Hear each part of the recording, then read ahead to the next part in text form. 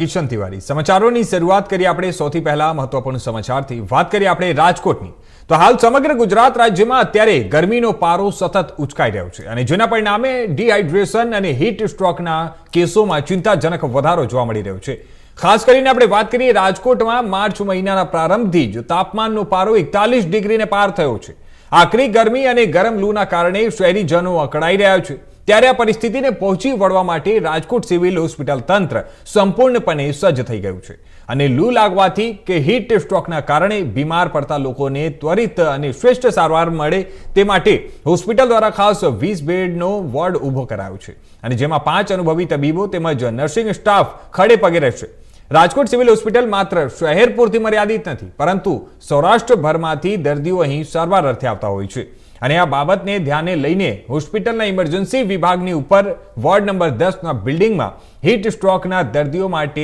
એક અલગ special ward તૈયાર કરવામાં આવ્યો છે અને આ વોર્ડમાં કુલ 20 જેટલા બેડની ખાસ વ્યવસ્થા કરવામાં આવી છે। આ ગંભીર બીમારીમાં તાત્કાલિક સારવાર મળી રહે તે હેતુથી 5 અનુભવી તબીબો અને 10 નર્સિંગ સ્ટાફ સહિતના પેરામેડિકલ સ્ટાફને 24 કલાક ખડે પગે તૈનાત કરી દેવામાં આવ્યા છે।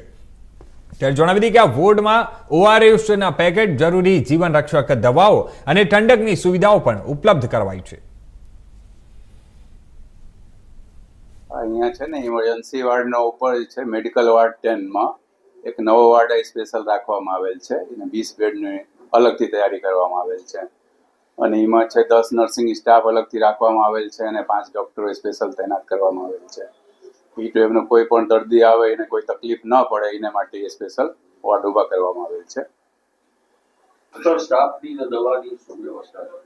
દવાની પૂરતી વ્યવસ્થા છે, જે જરૂરત પ્રમાણે સિમ્પ્ટોમેટિક ટ્રીટમેન્ટ કરવામાં આવે એ બધી દવાઓની તૈયારી કરવામાં આવેલ છે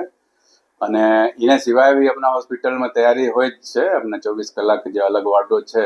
એ તો છે જ, એને સિવાય સ્પેશિયલ તૈયારી કરવામાં આવેલ છે, સેપરેટ તૈયારી કરવામાં આવેલ છે। અમારા સ્ટાફમાં કોણ તૈનાત રહેશે? એમાં નર્સિંગ સ્ટાફ જે છે એ 10ની સંખ્યામાં રહે છે અલગથી અને 5 ડોક્ટર અલગથી એના માટે સ્પેશિયલ રાખવામાં આવશે।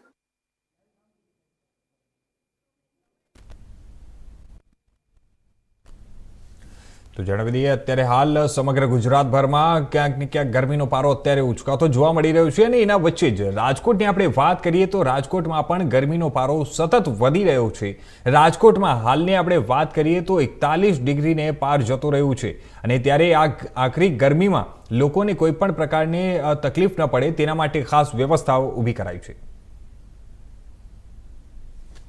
તો હવે હાલના સમાચાર પર વધુ વિગતવાર વાત કરવા માટે અમારી સાથે જોડાઈ ગયા છે અમારા સંવાદદાતા પ્રતિક લીંબાણી રાજકોટથી। પ્રતિક, આપણે વાત કરીએ તો હાલ જે હિસાબે ગરમીનો પારો સતત વધી રહ્યો છે અને તેને જોતા જે અત્યારે હાલ તૈયારીઓ કરવામાં આવી રહી છે, તૈયારીઓ કરવામાં આવી છે ખાસ કરીને હોસ્પિટલમાં, તો તેને લઈને અત્યારે કયા પ્રકારની વ્યવસ્થાઓ છે, ત્યાં તંત્ર તરફથી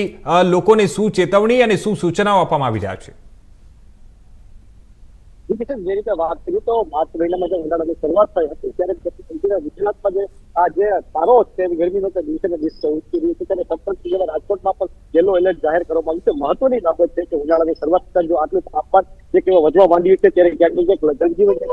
જોવા મળ્યું છે। ત્યારે સમગ્ર બાબતે જોઈએ તો રાજકોટ મહાનગરપાલિકા દ્વારા સ્થિતિ પણ બહાર પાડવામાં આવી હતી કે જો બપોરના સમય 1 થી 5 વાગે સમય હોય છે ત્યારે જે ગરમી અસહ્ય પડતી હોય છે, તાપ વધારે પડતો હોય છે, ત્યારે આવા સમયે જે કહેવાય લોકોએ નહીવત પ્રમાણે બહાર નીકળવું જોઈએ, કામ પૂરતું જ બહાર નીકળવું જોઈએ। સાથે સંદર્ભમાં માતાઓ છે, વૃદ્ધો છે, બાળકો છે, તેમને તો બહાર ઉપર એક કહેવાય કે બપોરના સમય નીકળવાની મનાઈ કરવામાં આવી હતી। સાથે જે કહેવાય ડિહાઇડ્રેશનની જે લોકોને તકલીફ થતી હોય છે તો તેને જે કહેવાય કે ગોળવાળું પાણી, લીંબુ પાણી અને સહિતની જે વસ્તુઓ છે આરોગ્યનું રહેતું હોય છે, બપોરના સમય જમવાનું ઓછું લખવાનું જે સ્થિતિ આપવામાં આવી હતી। ત્યારે મહત્વની બાબત છે કે અત્યારે રાજકોટ સિવિલ તંત્ર છે જે રાજકોટની અને સમગ્ર સૌરાષ્ટ્રની જીવાદોરી સમાન છે, ત્યારે આજે હીટવેવથી બચવા માટે અત્યારે કહેવાય કે રાહત મળે અને જે તાત્કાલિક સારવાર મળી જાય તેના માટે રાજકોટ સિવિલ હોસ્પિટલના 10 નંબરના વોર્ડમાં જે કહેવાય કે 20 બેડને વોર્ડ તૈયાર કરવામાં આવ્યું છે, જેમાં કહેવાય કે અત્યારે 20 બેડના હોલમાં અત્યારે 5 જેટલા ડોક્ટર, અનુભવી ડોક્ટર છે તેને રાખવામાં આવશે। જો કોઈ 41 ડિગ્રીને પાર જે નુકસાન થયું છે ત્યારે આ ડિગ્રીના તાપમાનને પહોંચી વળવા માટે અને લોકોને કોઈ વધુ નુકસાન ન થાય તે માટે ત્યારે હાલ આજે ગરમીના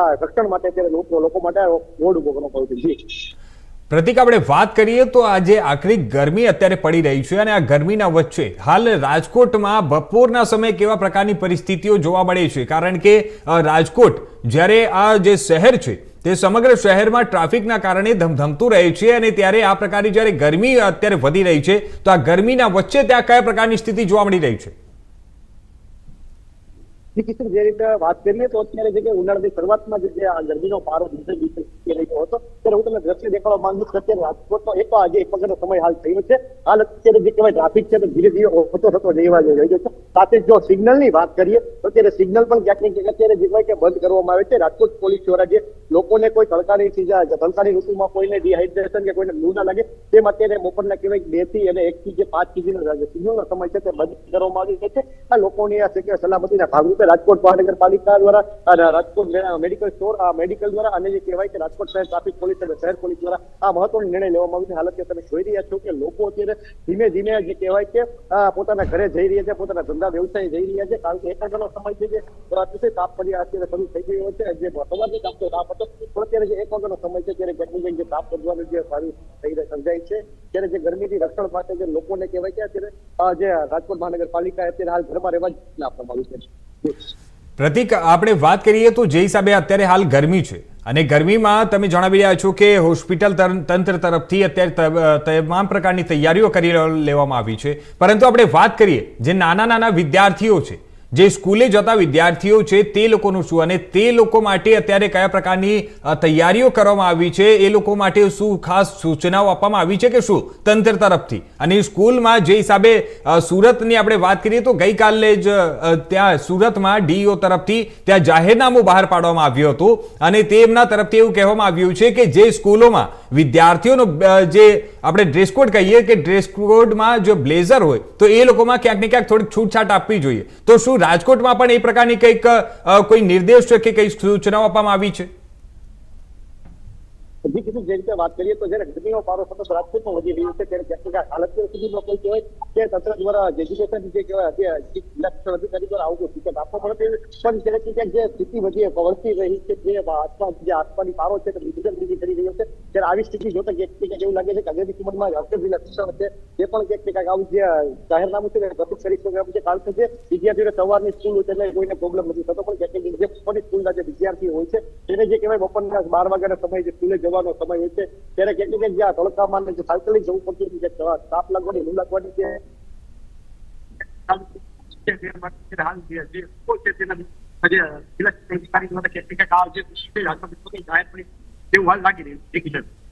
જી ધન્યવાદ પ્રતિક અમારી સાથે જોડાવા માટે અને આ તમામ માહિતીઓ અમને આપવા માટે.